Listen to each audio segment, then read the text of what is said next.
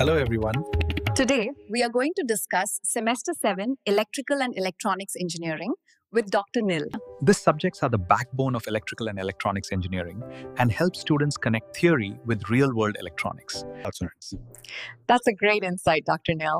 I'm sure our listeners will enjoy exploring these advanced concepts in future discussions. হ্যাঁ, ঠিক এই সমস্যাগুলোর কথাই বলছিলাম। একটা ইম্পর্টেন্ট কলে কথা বলতে গিয়ে হঠাৎ করে ঘ্যার ঘ্যার আওয়াজ বা টিভির স্ক্রিনের ছবির বদলে শুধুই ঝিরঝির। কখনো মনে প্রশ্ন জেগেছে যে এর কারণটা ঠিক কি?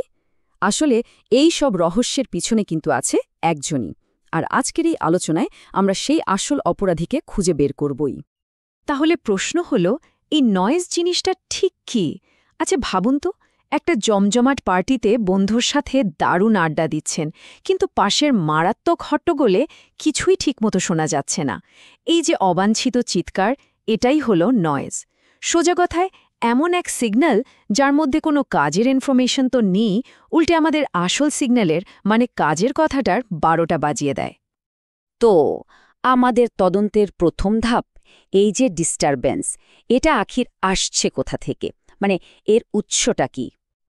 দেখুন, নয়েজের উৎস কিন্তু মূলত দুটো।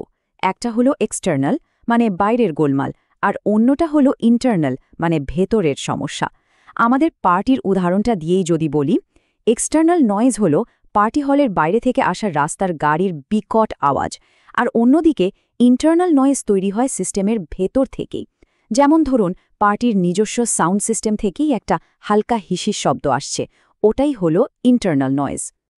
বেশ, তাহলে চলুন প্রথমে এই বাইরের অতিথিদের মানে এক্সটার্নাল নয়েজের সন্দেহভাজনদের সাথে একটু পরিচয় করা যাক।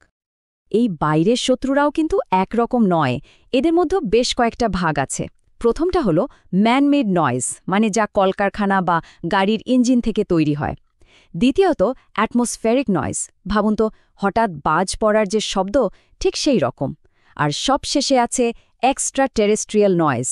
হ্যাঁ, ঠিকই শুনছেন, এটা আসে সেই সুদূর মহাকাশ থেকে, যেমন আমাদের সূর্য বা অনেক দূরের তারা থেকে আসা সিগন্যাল। তাহলে একবার মনে করার চেষ্টা করা যাক, সিস্টেমের বাইরে থেকে আসা এই আনওয়ান্টেড সিগন্যালকে কি বলা হয়? একেই আমরা বলি এক্সটার্নাল নয়েজ। আচ্ছা, বাইরের শত্রুদের কথা তো হলো, এবার নজর ফেরানো যাক ভেতরের সমস্যার দিকে, মানে ইন্টারনাল নয়েজ। কথাই তো বলে ঘরের শত্রু বিভীষণ, তাই না? কমিউনিকেশনের জগতেও কিন্তু ব্যাপারটা ঠিক তাই। অনেক সময় সমস্যাটা সিস্টেমের ভেতর থেকেই তৈরি হয়। এই ইন্টারনাল নয়েজের মধ্যে প্রধান সাসপেক্ট কিন্তু দুজন। একজনের নাম থার্মাল নয়েজ, একে জনসন নয়েজও বলা হয়, আর দ্বিতীয়জন হল শর্ট নয়েজ। চলুন এদের দুজনের ব্যাপারেই একটু বিস্তারিত জানা যাক। প্রথমে আসি থার্মাল নয়েজের কথায়। এটাকে বুঝতে একটা মজার দৃশ্য ভাবা যাক। ধরুন, একটা ঘরে অনেক লোক একেবারে চুপ করে দাঁড়িয়ে আছে, কিন্তু তা সত্ত্বেও তাদের হালকা নড়াচড়া, এদিক ওদিক তাকানোর জন্য একটা মৃদু গুঞ্জন তো তৈরি হবেই, তাই না? এবার যদি ঘরটা গরম হতে থাকে, মানে তাপমাত্রা বাড়ে, তাহলে সবার ছটফটানিও বেড়ে যাবে আর গুঞ্জনটাও বাড়বে। ঠিক একইভাবে যে কোনো কন্ডাক্টরের তাপমাত্রা বাড়লে তার ভেতরের ইলেকট্রনগুলোর এলোমেলো ছোটাছুটি বেড়ে যায়, আর এই ছোটাছুটির কারণেই তৈরি হয় থার্মাল নয়েজ। এবার আসা যাক শর্ট নয়েজের গল্পে। ভাবুন, একটা টিনের চালের ওপর ঝমঝম করে বৃষ্টি পড়ছে। যদিও আমরা বলছি বৃষ্টির ধারা, কিন্তু আসলে তো এক একটা ফোঁটা আলাদা আলাদাভাবে আর একটু এলোমেলোভাবেই এসে পড়ছে, তাই না? ঠিক এই ঘটনায় ঘটে ট্রানজিস্টরের মতো ডিভাইসের ভেতরে। যখন ইলেকট্রন বা হোল চার্জ ক্যারিয়ারগুলো একটা জাংশন পার করে, তখন তাদের পৌঁছানোর সময়ের মধ্যে খুব সামান্য একটা র্যান্ডম তারতম্য হয়, আর এই তারতম্যের জন্যেই তৈরি হয় শর্ট নয়েজ। তাহলে এবার বলুন তো, যে নয়েজটা ইলেকট্রনিক কম্পোনেন্টের একদম ভেতর থেকেই তৈরি হচ্ছে, তাকে কি বলা হয়? হ্যাঁ, এটাই হলো সেই ইন্টারনাল নয়েজ। বেশ, তাহলে আমাদের সন্দেহভাজনদের তো চেনা হয়ে গেল, বাইরের আর ভেতরের। কিন্তু আসল প্রশ্নটা হলো, এই যে গোলমালটা হচ্ছে, সেটার পরিমাণ ঠিক কতটা? মানে এটাকে আমরা মাপব কিভাবে? হ্যাঁ, এটাই আসল কথা। এই ডিস্টারবেন্সটা ঠিক কতটা মারাত্মক, মানে আমাদের সেই পার্টির উদাহরণে ফিরে গেলে, বন্ধুর গলার আওয়াজটা হলো আমাদের সিগন্যাল, আর পাশের চিৎকারটা হলো নয়েজ। তো এই দুটোর মধ্যে তুলনাটা আমরা করব কিভাবে? আর এখানেই ইঞ্জিনিয়ারদের হাতে আসে তাদের সবচেয়ে দরকারি একটা টুল, সিগন্যাল টু নয়েজ রেশিও বা সংক্ষেপে এসএনআর। নামটা শুনেই বোঝা যাচ্ছে এটা আর কিছুই না, শুধু সিগন্যাল পাওয়ার আর নয়েজ পাওয়ারের একটা অনুপাত। মনে রাখার জন্য একটা সহজ ট্রিক আছে, সিগন্যালের পাওয়ার ওপরে, নয়েজের পাওয়ার নিচে। সোজা হিসাব, এসএনআর যত বেশি হবে আমাদের সিগন্যালটাও তত বেশি পরিষ্কার শোনাবে। তবে সুবিধার জন্য ইঞ্জিনিয়াররা এই রেশিওটাকে প্রায় ডেসিবেল বা ডিবি এককে প্রকাশ করেন। কেন বলুন তো?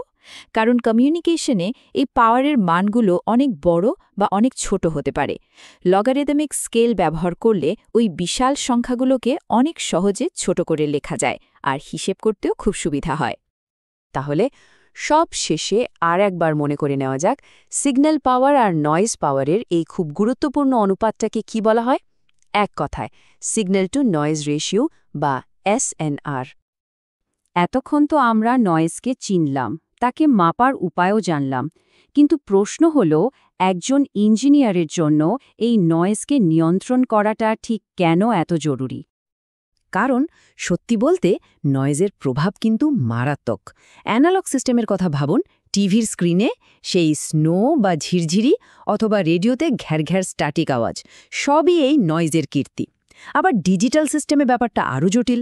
নয়েজের কারণে ডেটাতে ভুল চলে আসে, তখন সেই ডেটা প্যাকেটটা আবার পাঠাতে হয়। ফলে কি হয়? পুরো সিস্টেমের স্পিড কমে যায়। মোদ্দা কথা, কমিউনিকেশনের স্পিডের পথে নয়েজ হলো সবচেয়ে বড় একটা স্পিড ব্রেকার। এখানে একটা খুব গুরুত্বপূর্ণ ব্যাপার আছে। কিছু নয়েজ, বিশেষ করে আমরা যে থার্মাল নয়েজের কথা বললাম, তাকে কিন্তু পুরোপুরি সিস্টেম থেকে বাদ দেওয়া প্রায় অসম্ভব।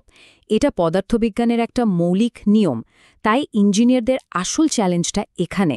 তাদের এমন সিস্টেম ডিজাইন করতে হয়, চাই নয়েজের সাথে লড়াই করেও এর উপস্থিতিতেও একদম ঠিকঠাকভাবে কাজ করে যেতে পারে।